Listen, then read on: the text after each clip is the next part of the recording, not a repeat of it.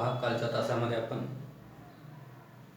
ट्रायंगलमध्ये दोन साईडचा मिडपॉईंटला जॉईन करणारा जो सेगमेंट असतो त्याच्या बाबतीत थेरम अभ्यासलो. थोडक्यात मिडपॉईंट थेरम असं म्हणतात त्याला. ट्रायंगलच्या दोन साईड्सच्या मिडपॉईंटला जॉईन करणारा सेगमेंट हा थर्ड साईडच्या हाफ असतो आणि थर्ड साईडला पॅरलल असतो, तो मिडपॉईंट थेरम. आणि त्यानंतर थोडक्यात त्याचा कन्व्हर्स पण पाहिलं आपण. जर ट्रायंगलमधल्या एका साईडच्या मिडपॉईंटमधून पास होणारी लाईन सेकंड साईडला पॅरलल असेल तर थर्ड साईडला बायसेक्ट करते. अशा प्रकारचा कॉन्व्हर्स ऑफ मिडपॉईंट थेरम, हे दोन प्रॉपर्टी आपण कालच्या तासात पाहिलं. मग त्याच्यावर आधारित ही प्रॅक्टिस सेट 5.5 यामधलं फर्स्ट एक्झाम्पल पहा. या ट्रायंगल ABC मध्ये हे बघा, एक्स AB चा मिडपॉईंट दिलेला आहे, वाय BC चा मिडपॉईंट दिलेला आहे, झेड AC चा मिडपॉईंट दिलेला आहे. AB ची व्हॅल्यू 5, BC ची व्हॅल्यू 11 आणि AC ची व्हॅल्यू 9 अशा किमती दिलेल्या आहेत. यावरून आपल्याला XY, YZ आणि XZ यांच्या किमती काढायच्या. खूप सोपं उदाहरण आहे पहा. क्रमाने कोणत्याही सेगमेंटचा अगोदर विचार करा. समजा आपण XY काढतोय. आता बघा, X हा या AB चा मिडपॉईंट दिलेला आहे आणि Y हा या BC चा मिडपॉईंट दिलेला आहे. आणि मी काल सांगितल्याप्रमाणे या दोन साईडच्या मिडपॉईंटला जॉईन करणारा सेगमेंट हा थर्ड साईडला पॅरलल असून या थर्ड साईडच्या हाफ असतो.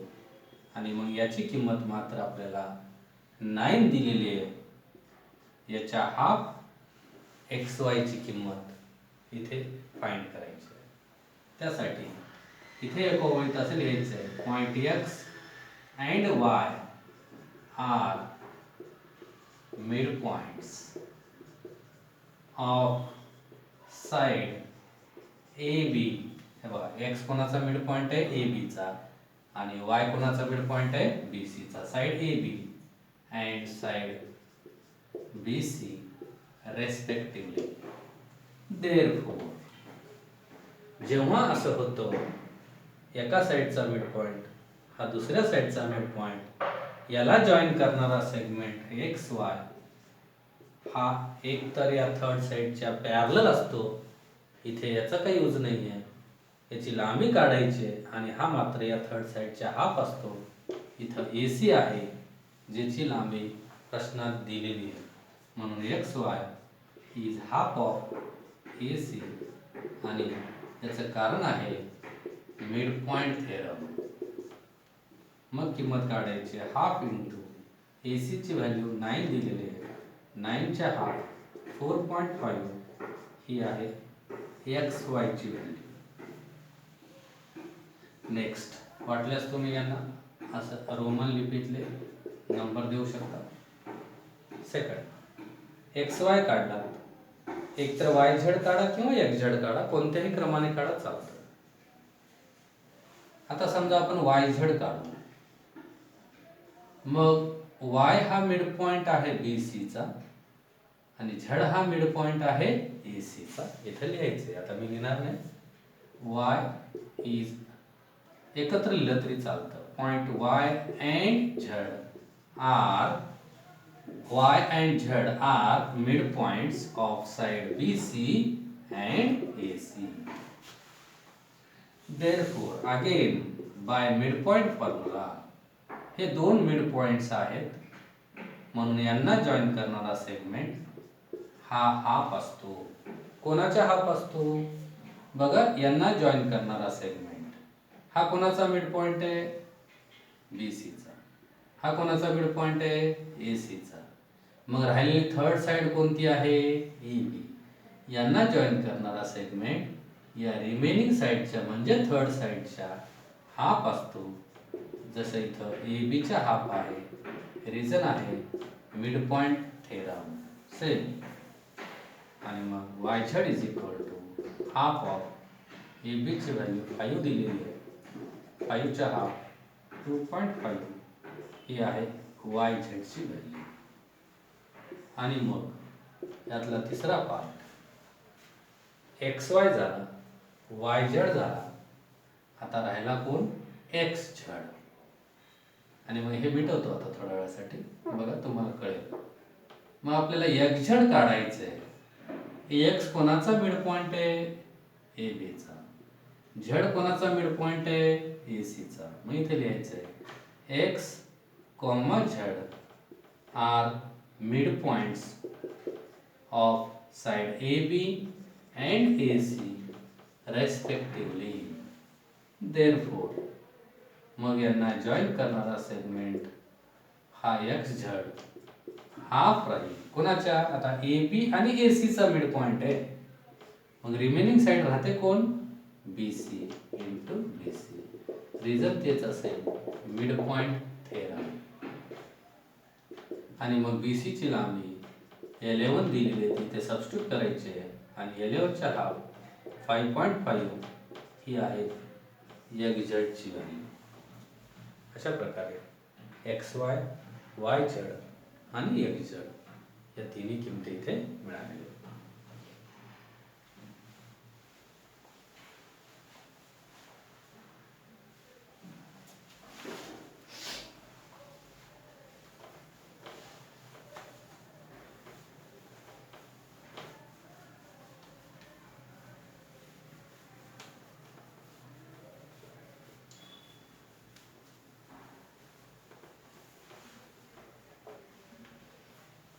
पहा पुढचं गणित.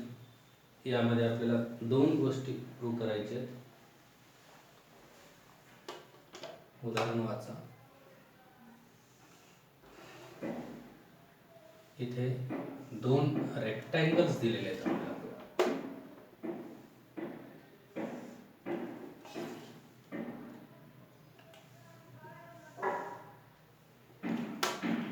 दोन रेक्टँगल्स आहेत.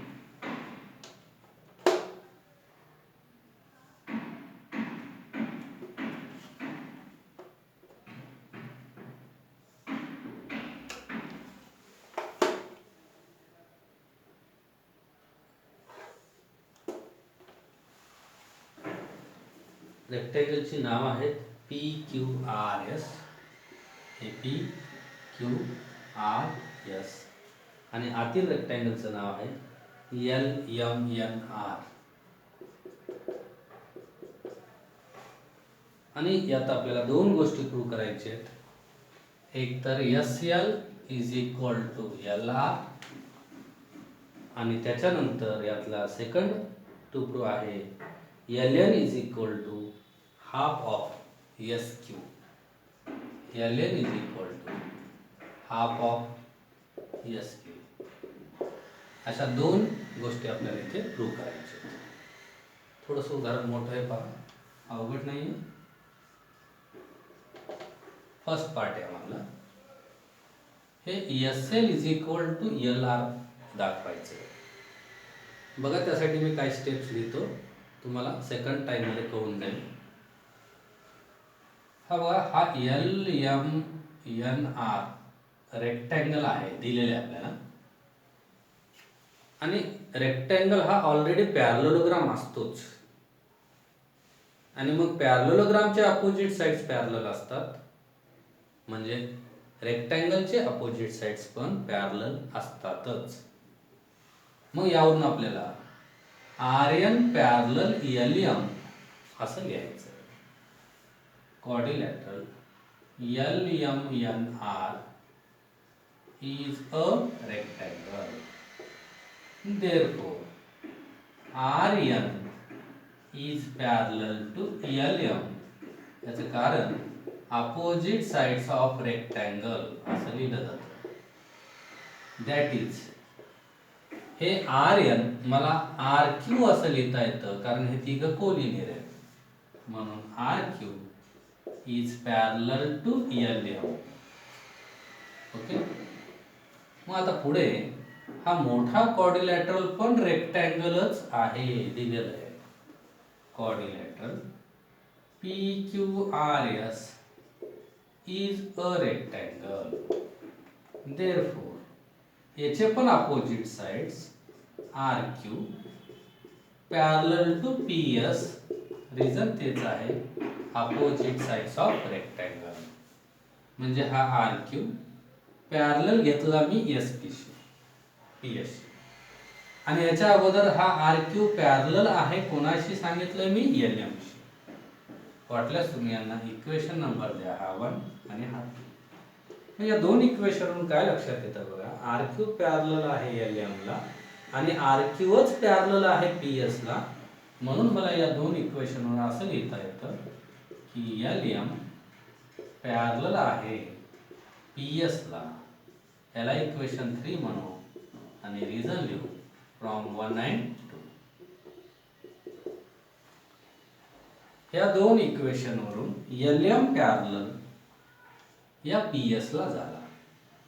मग असं झाल्यामुळे काय होतंय बघा आता, हा P, हा S, इथे M, इथे L, इथे R. हा LM पॅरलल झाला कोणाला, PS ला. आणि प्रश्न वाचा काय दिलंय, M हा या PR चा मिड पॉइंट आहे असं आपल्याला प्रश्नात दिलेलं आहे. बघा, प्रूव्ह काय करायचं आपल्याला, SL is equal to LR. आणि हे दोघं इक्वल होण्यासाठी हा L या SR चा मिड पॉइंट व्हावा लागतो. म्हणजेच ही लाईन या SR ला बायसेक्ट करावी लागते. बघा शब्द आठवा, काल बायसेक्ट हा शब्द आलेला आहे. मग ही LM SR ला बायसेक्ट कधी करतं, तर मिड पॉइंट थेरमचा कन्वर्स आठवा. जर ट्रायंगलच्या एका साइडच्या मिड पॉइंट मधून जाणारी लाईन दुसऱ्या साइडला पॅरलल असेल तर तिसऱ्या साइडला बायसेक्ट करते. आणि मग या ट्रायंगल मध्ये M हा मिड पॉइंट आहे या साइड PR चा, ऑलरेडी आपल्याला दिलेलं आहे. म्हणून in triangle PRS M is mid point of side PR, हे दिलेलं आहे already. M is midpoint of this one side which is parallel to second side. LM is parallel to PS.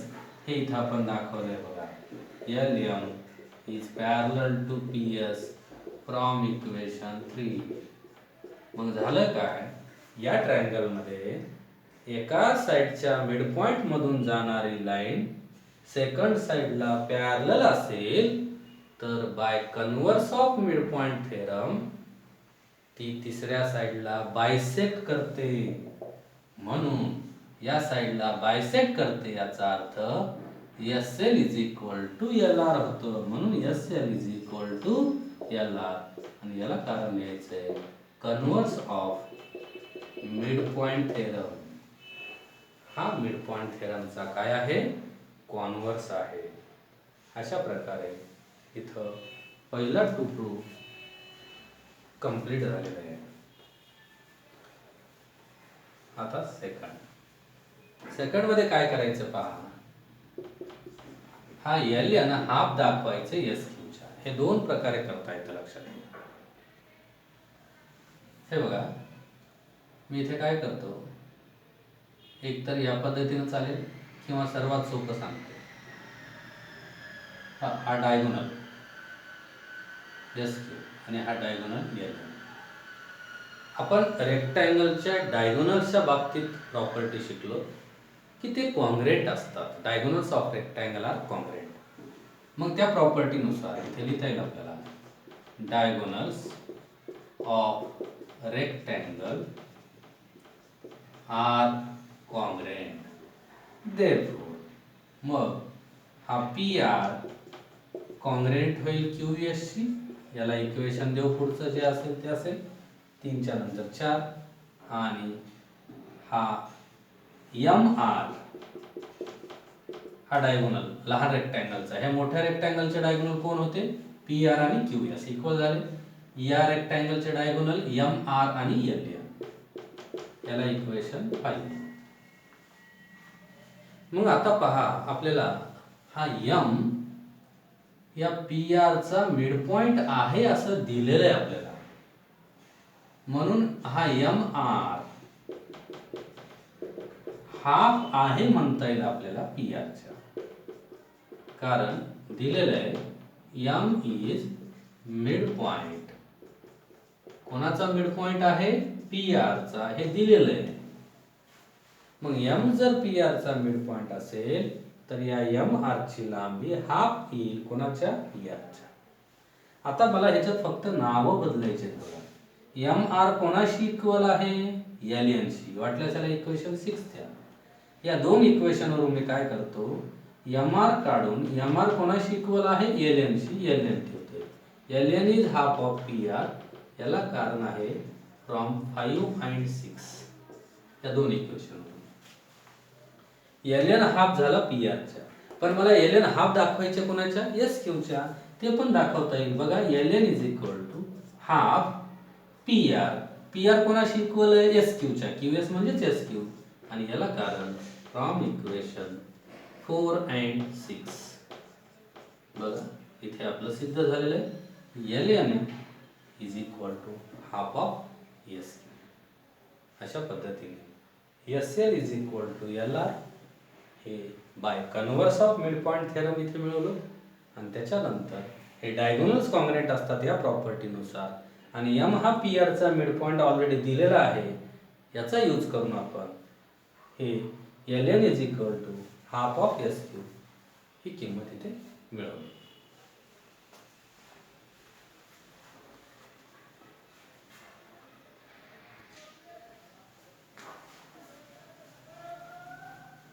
पहा next example खूप सोपं आहे. हा triangle A B C equilateral आहे असं दिलेलं आहे, म्हणून A B is equal to B C is equal to A C होईल. कारण इक्विलॅटरल ट्रायंगल म्हटल्यानंतर त्याचे ऑल साइड्स कॉन्ग्रेंट असतात. मग त्याच्यानंतर एफ आय ए बी चा, डी हा बी सी चा आणि ई हा ए सी चे मिड पॉइंट्स आहेत असं सांगितलेलं आहे. तर हा जो ट्रायंगल डी ई एफ तयार झालाय आत, हा पण इक्विलॅटरल आहे हे दाखवायचंय. म्हणजे ही तीन साइड्स पण आपल्याला इक्वल दाखवायचे. सोपं आहे. सेम मिड पॉइंट थेरमचाच यूज करायचे. पहिल्या प्रश्नात असंच होतं, पण तिथे किमती काढायच्या होत्या. इथे प्रूव्ह दॅट आहे. तुम्ही कोणत्याही क्रमाने घ्या चालतं. एफ ए बी चा मिड पॉइंट आहे आणि डी बी सी चा मिड पॉइंट आहे. हे असं थोडक्यात लिहायचं. F and D are mid points. F कोणाचा? ए बी चा आणि डी कोणाचा? बी सी चा. Therefore F D is equal to half of, हे बघा, एफ ए बी चा डी बी सी चा. ए बी आणि बी सी गेल्यावर राहतं कोण? Third side A C. मग या मिड पॉइंट्सला जॉईन करणारा सेगमेंट एफ डी म्हणा किंवा डी एफ म्हणा, हाफ होतो ए सी च्या. याला इक्वेशन 1 म्हणायचं. आणि याचं रिझन आहे mid point theorem. Same D आणि ई चा विचार करा. D and E are mid points.